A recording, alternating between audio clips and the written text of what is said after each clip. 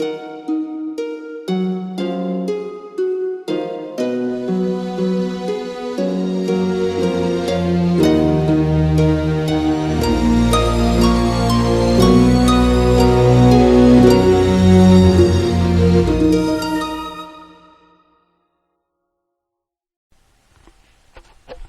what's up guys? Ryan here and welcome to the Rona Project. Hey, I'm going to just take a quick second and welcome all the new subscribers.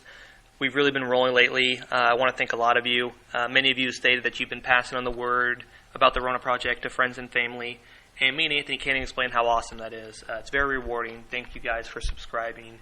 We really appreciate it. I'm going to kind of reintroduce myself a bit. I'm Ryan. I'm the writer, the story collaborator, and of this story and these characters. So this is a character description you're watching, and if you haven't seen the other two character descriptions, I suggest you go back and take a look at the other two, because a lot of what I talk about is dependent on the assumption that you've already seen the other two videos. Now, these next few character descriptions are extra special because I'm going to be breaking down the primary cast of the story, eventually getting to our main character. I think it's important that you get semi-familiar with every character of the main cast before I can get into the details of just one character. So bear with me for a second so you can become familiar with more of these characters, their names, maybe a brief role of a couple of them, until I can get their character descriptions up in the future. By the way, I apologize for this video coming out so late. I was having some trouble with my editing program, and I had Anthony drawing multiple pictures, not just for this video, but upcoming videos and such, and other videos we had in mind, plus the manga. So I'm sorry about that, guys. Let me get into the characters one by one here, and this is the same picture that you've seen on the background of our channel. This is the main cast. The first I want to get into is Erithus. Erithus is our main character. He's on the far left of the screen here. He has the energetic smile. He is our main character for the most part. There are other main characters in the story, but he's definitely the main character in the early story. He's the only elf living in Thimbury. To his right is a dark blue furry character named Poma. He is a half-human, half-wimmick. Now, wimmicks are lion creatures with human-style upper body and the lower body of like a lion. I'll get deeper into that when I do Poma's character description. Above Poma is Hut and her umbrella. To Hut's right is Sonji, who I'll be doing a character description on today. And to Sonji's right is Ellie. Now, below Ellie is Marks. And that's the name of these guys right here. Now, this group of kids have lived together for the past year, but it's hard to get into their details without getting into a very long story. So I'm going to just leave you with their names, and you're kind of semi-familiar with them at this point. So let's move on. Now let me introduce the oldest of the young adventuring group, Sonji Kyum. Now, most of these characters don't have much of a history to speak of. They're still so young. Their adventuring days have yet to begin. However, each one of them is filled with personality, and because of their age, they are at a pivotal point in their training where they develop skills that mold themselves into the category of character they eventually become. Let me elaborate on that a little bit. You see, each character in Rona is different. No one character the same. A quick and nimble thief may have not chosen that life, but instead was a product of his own ability. Perhaps he was never good with a warrior's sword or a warrior's horse. Maybe he didn't have the strength and stamina to wield heavy armor. Or perhaps he knew he could never earn the wealth and notoriety he's always wanted if he was just a watchman along the city walls.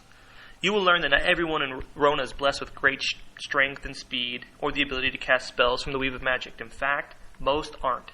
So when these select few show the ability and potential to further their combative skills, they are trained and recruited by kingdoms, guilds, militia, smuggling rings, government agencies, and many other interests, all of them in hopes of successfully recruiting the next big thing amongst up-and-coming trainees.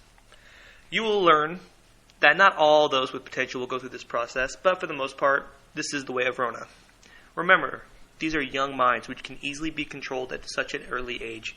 Even the most promising student could be a dangerous enemy if influenced correctly. The entire cast of children live in an orphanage-style home in Thimbury. Most, if not all, their parents have fallen victim to attacks and destruction throughout Duno, especially as of late. These children are considered foster or orphan children. Anyway, Sonji is the oldest of the house, and among the most highly recruited students in Duno. Many peers seek interest in this up-and-coming fighter, whose swordsplay and style mimic some of the fiercest opponents that Rona has to offer. Consider Sonji a blue chip of early-age fighters. Sonji is what's called a natural. He was born with the elite ability to cast from 4 different weaves of magic since he was very small. If you watch past videos, I've explained that hardly anyone's able to cast spells from the Weave of Magic, and those that normally can cast them only can cast one weave. So casting 4 is just phenomenal. His knowledge and power has grown at such a rapid rate that he is looked at by many organizations as a future prospect for them. However, Sonji is loyal to Duno. He's never shown interest in anything besides protecting Thimbri and his people. Sonji is 17 years old. However, he acts more like a matured and seasoned warrior in his late 30s. Sonji's childlike attitude has all but slipped away. His young and charismatic smile is hardly found anymore. Don't get Sonji wrong, he will crack a joke now and again, normally at Aerith's expense, but only fragments of his childlike behavior still remain. Sonji yearns for competition. He has little challenges in Thimbri. There's practically no one who can match his ability. Sonji spends hours upon hours poring over old scrolls and magical books, along with hours and hours of swordplay, bettering himself. Sonji trains with Thimbri's guards on a regular basis. In fact, he's the strongest and the fastest amongst them, except for the captain of the guard, Nujo, who still has the youngster bested in strength, but strength alone. Sonji's only true test is Chapin Greenleaf, who is aging rapidly with his bracelets of life dwindling now. The inability to provide Sonji with some competition has made him hollow, and he's in attempt and looking for something more, something beyond Thimbri, perhaps in the great world of Rona. It's for these reasons that Sonji seeks adventure and action whenever he can find it. He is always the first to dive into battle. Now, he doesn't dive into battle in the traditional sense. He is still very much in control of the situation. He is, despite his age, wise beyond his years, and he wouldn't put anyone in harm's way, besides himself. Sonji has recently chosen his primary weapon, the broadsword. When these up-and-coming kids' powers begin to develop, they choose a weapon to become proficient at. Sonji already was proficient with multiple weapons, but he chose the broadsword because this weapon is revered as a masterful weapon only suitable for masterful warriors. Sonji, as usual, is up for the challenge. Sonji and Aerithis, our main character, have a unique friendship. For one reason or another, the two don't seem to get along. Personally, Sonji feels responsible for the youngster, whose out-of-control style isn't suitable for any battle, and he feels Aerithis is more in the way than a help. As stated above, Sonji is growing up. Most of Thimbri's locals have already suggested that he should go train with Duno or Hunava's greatest warriors, so that he may finally reach his maximum potential. Sonji has confessed numerous times that he would like to leave Thimbri. But with the war on the rise in the southern forest, time hasn't come for Sonji to leave just yet. Remember, Sonji's quiet demeanor is a testament to his inner ability and strength. He's looked at by elders as a future protector of Thimbri, with the ability to perhaps one day join the elite Dragon Knights of Hunava. Hunava is an ally region to Duno. Recently, Sonji has come across a secret about another member of this young group that could potentially change their life forever. Sonji wishes he would not have found out about this event, but unfortunately, he has.